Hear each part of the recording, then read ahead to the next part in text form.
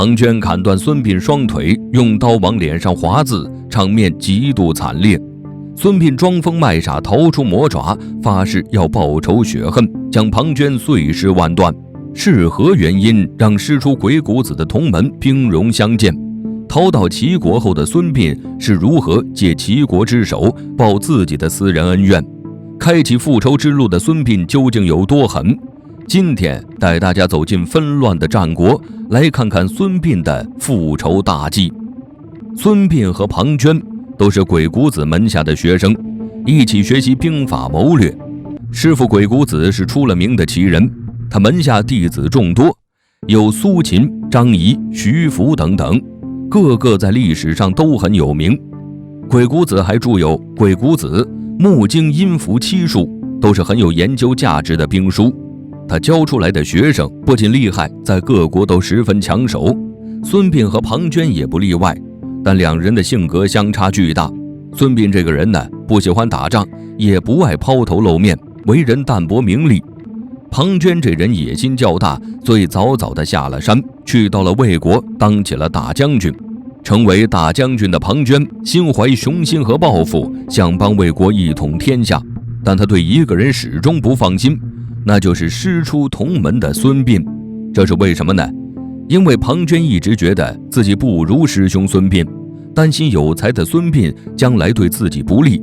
如果孙膑来到魏国，会威胁到他现在的地位；就算他不来，如果去到别国，也会成为自己最强大的敌人。这该如何是好呢？庞涓为了防患于未然，他冥思苦想，找到一个相当阴狠的招数。庞涓邀请师兄孙膑到魏国的家中做客。孙膑是个十分重感情的人，没多想就答应了。他欣然前往，等着他的竟是一场鸿门宴。连饭都没吃上一口，孙膑就被关进了小黑屋。门口士兵严守，随后出现的庞涓还假惺惺的来和孙膑交谈。发现他越来越强，心生嫉妒的庞涓萌生出一个更阴狠的想法，命人对孙膑实施了膑刑和穷刑，砍去了孙膑的双脚，然后在他的脸上刺了字，试图毁掉孙膑，让他从此埋没于世间。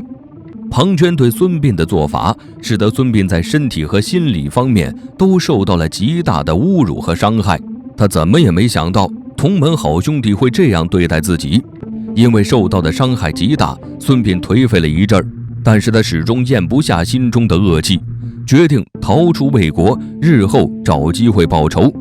时间一天天的过去，孙膑终于等到机会，齐国的使者来魏国办事儿，决定偷偷去见一面。行动不便的他买通仆人，成功见到了使者。孙膑三言两语就将其说服了。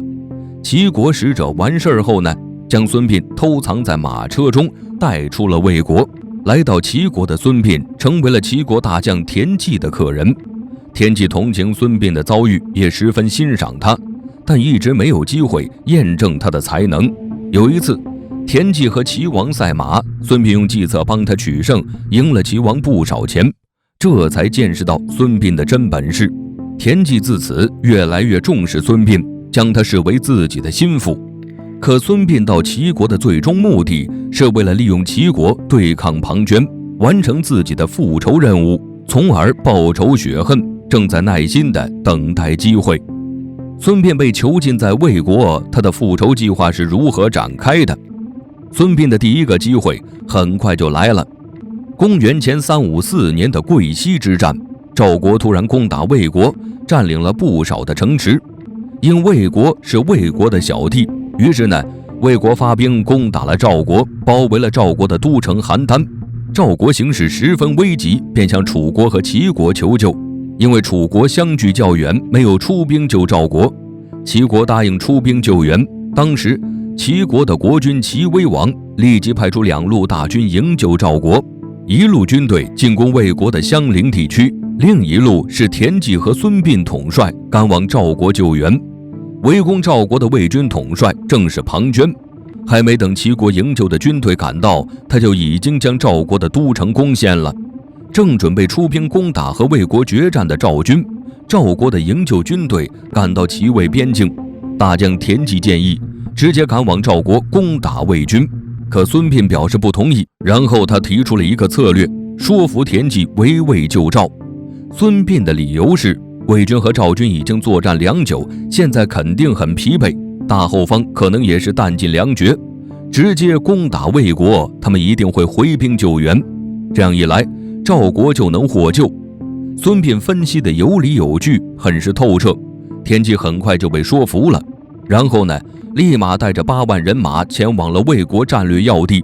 正准备前往魏国的庞涓，得知了齐军带兵前往平陵的消息，正如孙膑所预料的，他急忙回兵救援魏国都城大梁，又自满地认为齐国没那么快攻破大梁。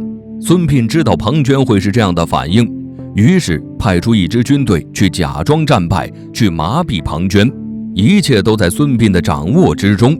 庞涓果然上钩了，火急火燎地赶回大梁，而孙膑已经在回大梁的必经之路设下了埋伏。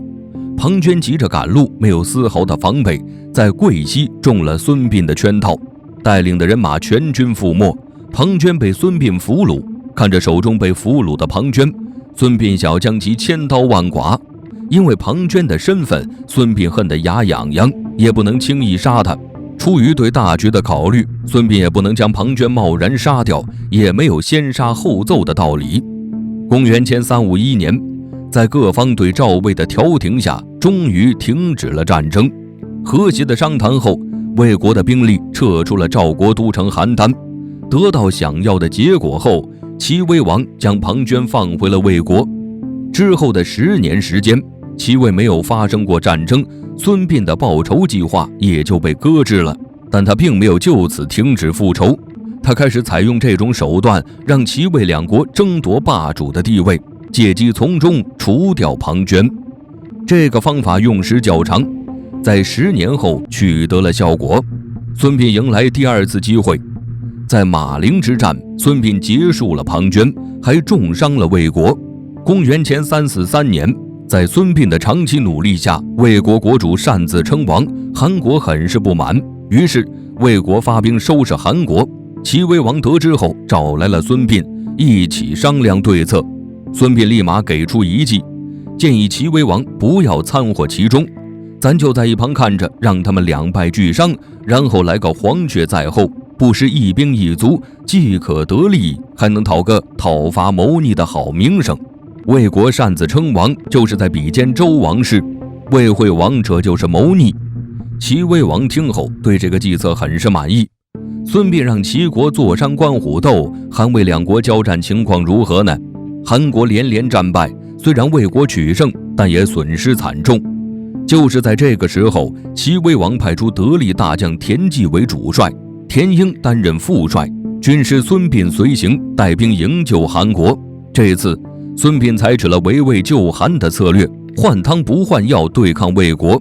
孙膑让一队人马前往魏都城大梁，魏惠王果然将攻打韩国的大军撤回，然后命太子申和庞涓带着10万人前往齐国决战。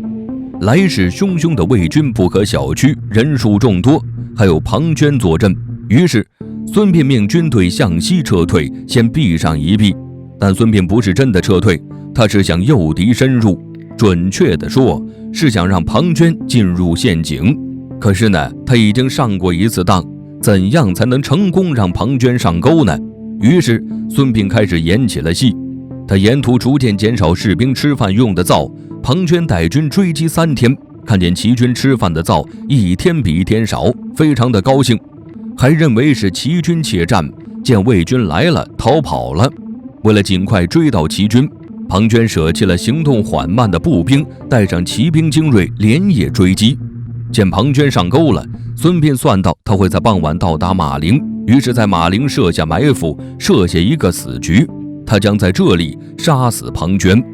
孙膑让手下的士兵在显眼的地方剥下一棵大树的树皮，然后在树上刻下几个大字：庞涓将死于此树之下。在这棵树和道路的周围安排满弓箭手1万名，等着庞涓的到来。傍晚时分，庞涓果然来到了马陵，发现了被剥皮的树，隐约看到树上有字，好奇心泛滥，让人点燃火把走近查看。等看清大字后，已经中了孙膑的埋伏。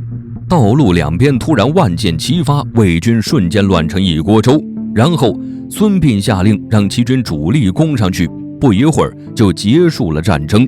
魏军死伤惨重，庞涓自知在劫难逃，说出了最后一句话：用我庞涓的死成就你孙膑的大名吧。说完拿剑架在脖子上，然后自杀了。庞涓死后，所有魏军被斩杀，彻底清理干净后，还俘虏了主帅太子申。马陵之战，孙膑不仅斩杀了仇人庞涓，魏军10万全部消灭，太子申被俘，让魏国损失惨重，从此一蹶不振。齐国取代魏国成为了霸主国。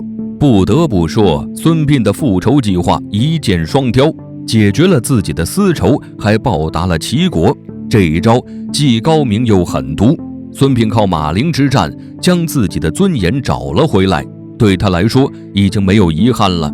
马陵之战结束后，孙膑便离开了齐国，回到了故乡，隐居在一个花园中，每日著书度日。他留下的孙膑兵法流传至今，最终安然离开了人世。孙膑的一生可以说是精彩又悲惨。